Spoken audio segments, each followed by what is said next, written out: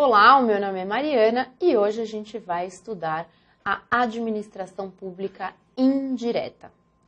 Gente, hoje eu vou começar a falar para vocês sobre as autarquias.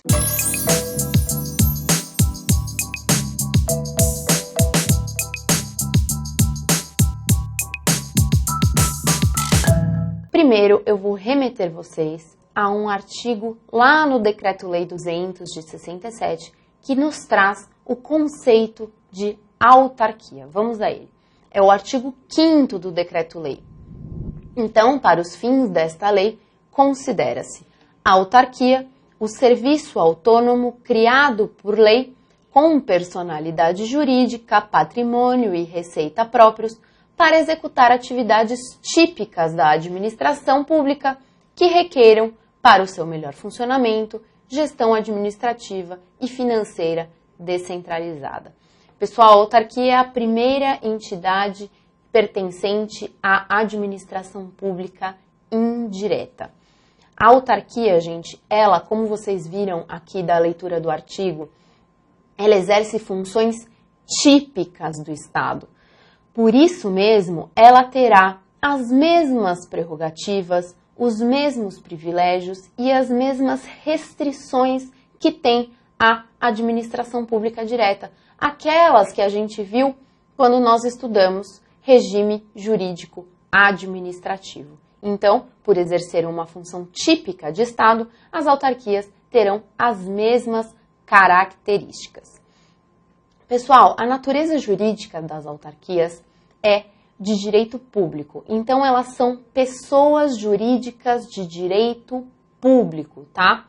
E por isso mesmo, elas, como eu disse para vocês lá na aula de poder de polícia, elas poderão também exercer este poder. Por serem pessoas jurídicas de direito público, elas também poderão exercer o poder de polícia. Pessoal, a criação e a extinção da autarquia será através de lei. A gente viu na aula passada da leitura do artigo 37, inciso 19 da Constituição Federal, que as autarquias são criadas por lei. Esta lei que cria, ela delimitará todas as suas características e a sua própria vigência dará personalidade jurídica de direito público a essa autarquia. E elas deverão ser extintas da mesma forma, pessoal, criadas por lei, extintas por lei.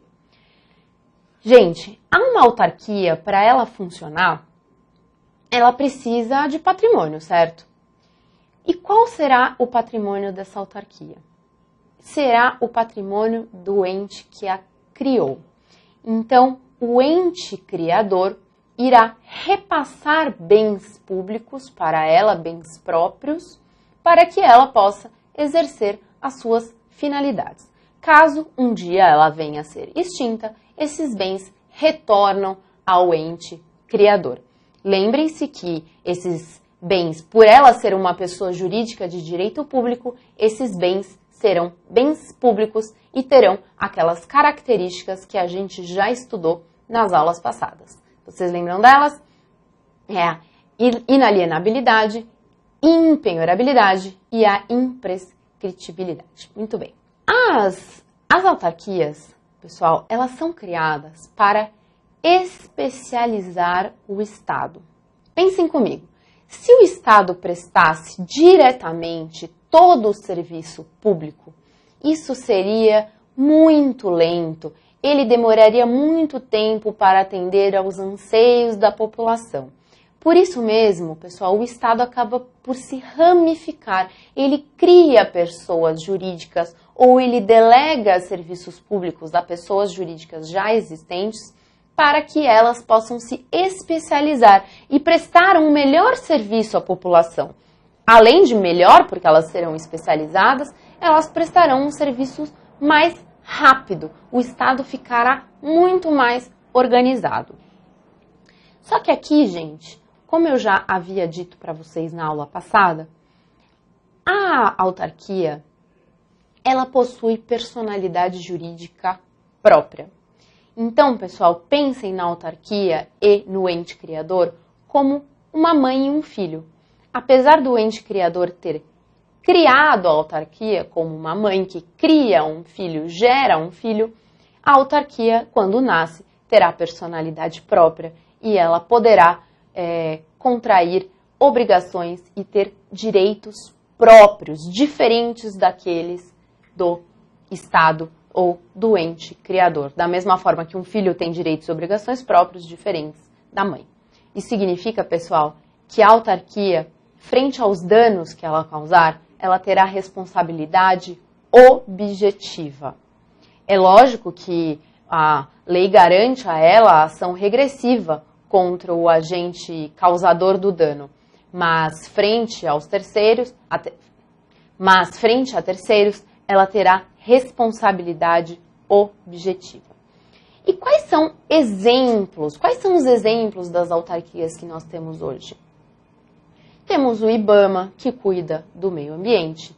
Nós temos o Bacen, o Banco Central do Brasil.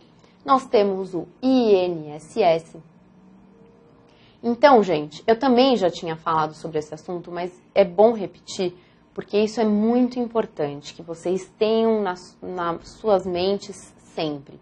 Aqui, a pessoa jurídica da autarquia não será subordinada ao ente criador, tá? Ela será vinculada. No exemplo que eu tinha dado na aula passada, o INSS não se subordina ao Ministério da Previdência e Assistência Social, mas ele é vinculado a esse ministério. Por isso mesmo que esse ministério exercerá uma supervisão ministerial. Ele exercerá um controle finalístico dessa autarquia. Ele irá verificar se ela está cumprindo as finalidades para as quais ela foi criada. Pessoal, o orçamento das autarquias, ele deverá ser previsto na lei orçamentária atual. Pessoal, o orçamento das autarquias deverá ser previsto na lei orçamentária anual. Por quê, gente? Porque são recursos públicos, porque são verbas públicas.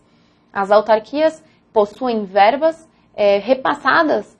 Lembra que eu falei do patrimônio? O patrimônio é repassado pelo ente criador. E são bens públicos, são verbas públicas, por isso que devem estar previstas no orçamento.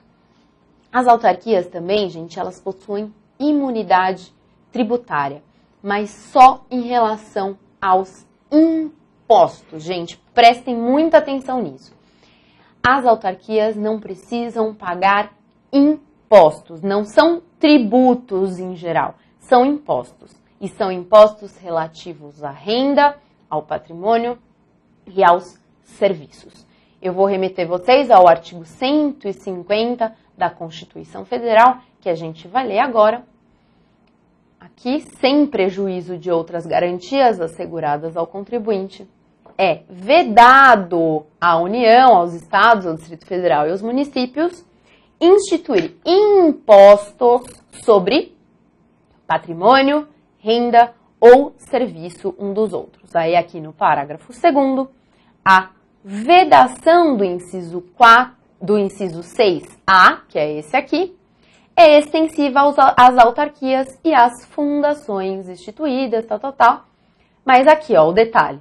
No que se refere ao patrimônio, à renda e aos serviços vinculados às suas finalidades essenciais ou a delas decorrentes.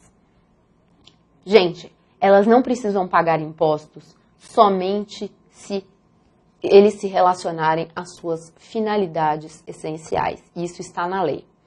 Porém, prestem atenção, o STF já decidiu que, ainda que uma autarquia explore finalidades que não sejam aquelas previstas na lei criadora, ainda que a autarquia explore finalidades que não são as previstas em lei, se o dinheiro advindo dessa exploração for aplicado às suas finalidades essenciais, ela também não precisará pagar impostos.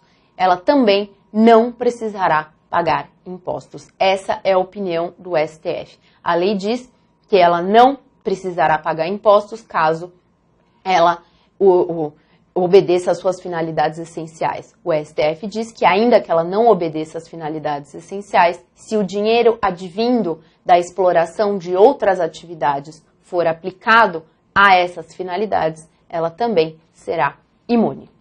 Muito bem, agora vamos falar um pouquinho de regime de pessoal.